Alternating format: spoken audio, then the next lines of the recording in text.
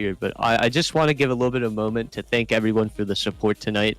We have 300 viewers on PK and Team TSD at the exact same time. Is PK Much love to everyone Holy moly. for showing up. I really appreciate it. We put so much love and effort into this tournament, and I'm so glad that it's been paying off.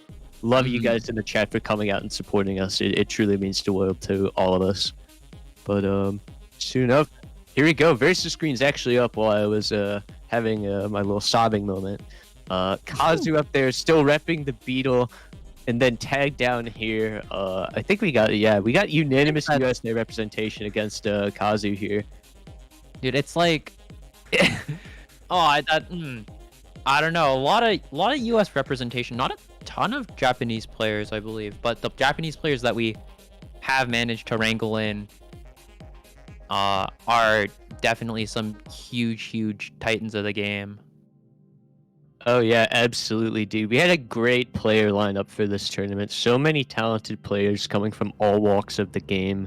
You got people who were new and just started dominating zone battle. You got people from the PPT camp. You got Tetrio, the Gestures mains. So many people from all walks of Tetris here. You're really going to see clashing of many amazing play styles. And that's what I think is unique. But getting straight into this match, Kazu versus AddTagHere. Let's see how this one goes.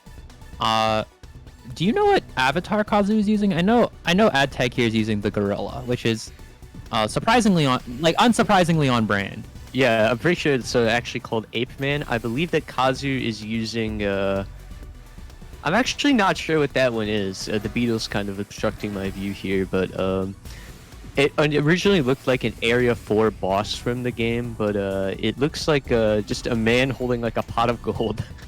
Just tipping it over every time the large attack goes down. But speaking of tipping over, Kazu has unfortunately been misdropping quite a lot into the zone.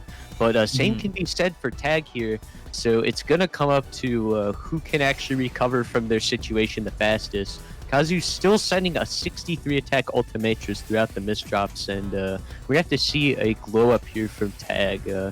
Tag, he is able to open up here with another TSS to boot. Gonna find an 1844, but still on the heels of receiving a full board, he is going to find just enough to get down and survive. But it is looking like a hard fight. Yeah, it's definitely grim because you got Kazu over here executing some fairly flawless looking LST stacking, which is just to pop out insane amounts of attack. And yeah, after those misdrops, Tag is unfortunately not going to be able to put up enough pressure against that. Insane APO coming from Kazu after that there, especially for playing a little bit faster than usual. There's a lot to be said about the power of sending T-spins after your zone, or sending big amounts of attack after the zone, because that's just more attack that they have to deal with. And it's not like the game can really differentiate between zone attack and regular attack. It all just comes in as one big swipe, right? Yeah, absolutely. For a player to actually be able to tell, they'd have to be a bit more aware of the situation and what's going on.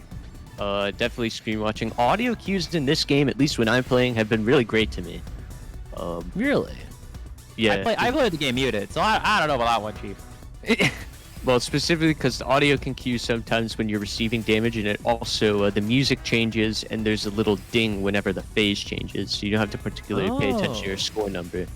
That's interesting. Should be hearing here, but yet again, another strong zone from Kazu. Incredible O donation as well. Tag gonna have to respond with quite a large zone here. He's not gonna be able to find it.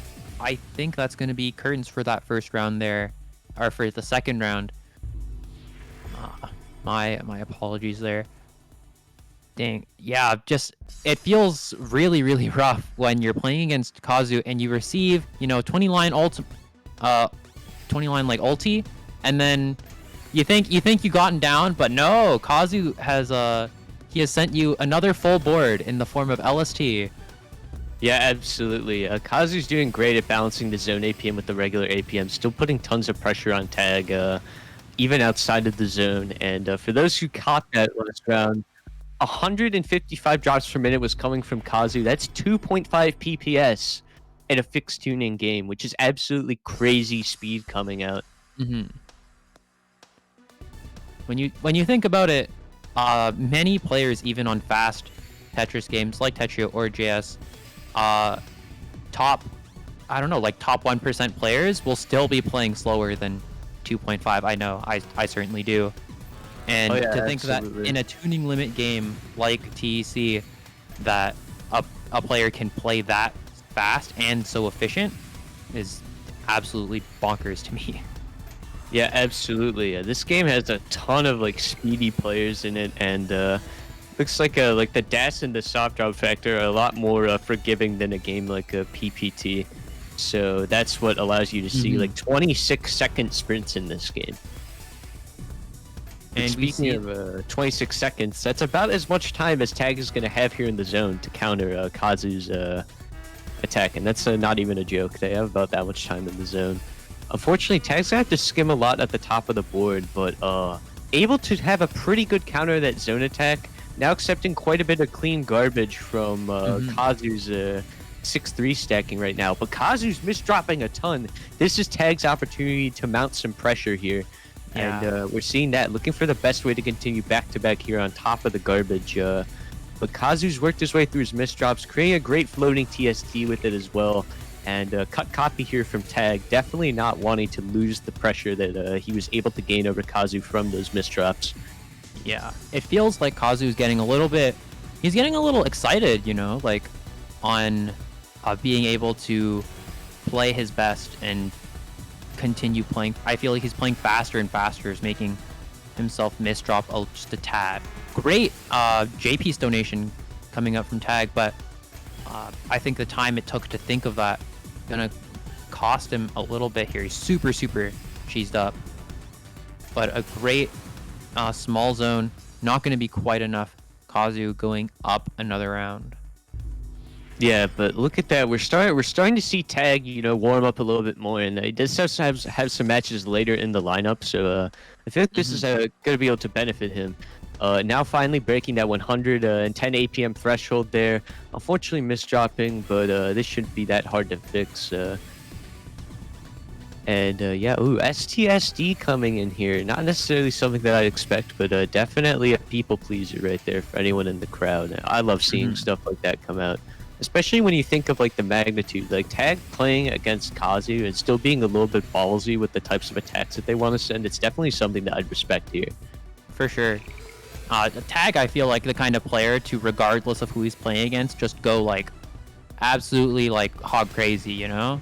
Yeah, absolutely. I mean, that's what we're seeing there, and you kind of see it in Tag's casual streams and in his practice. Just doesn't necessarily have a regard for trying to be safe. Just wants to do some fun and efficient attacks while playing any opponent. But yeah, as you can see, looks like players are trying to keep with each other's speed there. You're seeing some 1 APP earlier from Kazu, but efficiency has been degrading on both sides. So it does show you that like someone who's striding more, going for this 6-3 start, it will actually influence the other player to change their game plan as well. That was a dirty PC from Kazu right there after the 6-3 stack, causing Tag to zone to try and counter this. But Tag with not gonna quite find that much attack. I thought his zone was really efficient, but he couldn't quite get to the top of his board. Forced to end the zone a little prematurely. Well, yeah. Also worth mentioning that if you don't have a full meter zone attack, it will actually degrade the amount of damage that you're going to be able to put out. Really? This is new information. Yeah. So if you only have a quarter of a half meter, you're sending multitudes of less damage than a full meter zone. Even a 75% meter sends it like a lot less than a fully filled zone meter, which is why Tag's zone was so weak. It wasn't necessarily because it wasn't efficient, but he was just forced to use an earlier zone stage, which is why you try and see players avoid it as much as possible. Tag unfortunately having to again use a quarter zone to get some more pressure against Kaboozled. That's a pretty decent. This is not Kaboozled. This is Kazu. Regardless, Another zone coming out from Kazu here. And 15, 18, finding a PC. This might be lights out for Tag honestly here for this round. Ooh, that's a. Oh my god, that was an upside down T-spin double. Classic into upside down STSD. into STSD. That is a pretty advanced T-spin setup. I think he did it for the fans. Oh yeah, absolutely. For the folks at home who are watching, that one was certainly for you. Now Kazu up 6-0. Tag gonna try his best to get on the board here. See if Kazu just whops another American man going down to the Kazanator. Yeah, hopefully Tag can mount some pressure here. We've definitely been seeing his gameplay get stronger and stronger over the course of the set. Don't think Tag had necessarily the largest opportunity to get a lot of good warm-up in. I think he was creating some content before this, but still, regardless, playing pretty good right here, especially off of like a fresh start. But we got a simultaneous zone attack coming in, Ultimatrix versus Perfectress, and It's so much yikes. there. That is Did you see how big Kazu's zone attack was there? I didn't quite catch it, but it must have been a pretty big one. Yeah, I didn't catch it quite either, but I'd assume that it was probably around the neighborhood of a 60 attack Ultimatrix.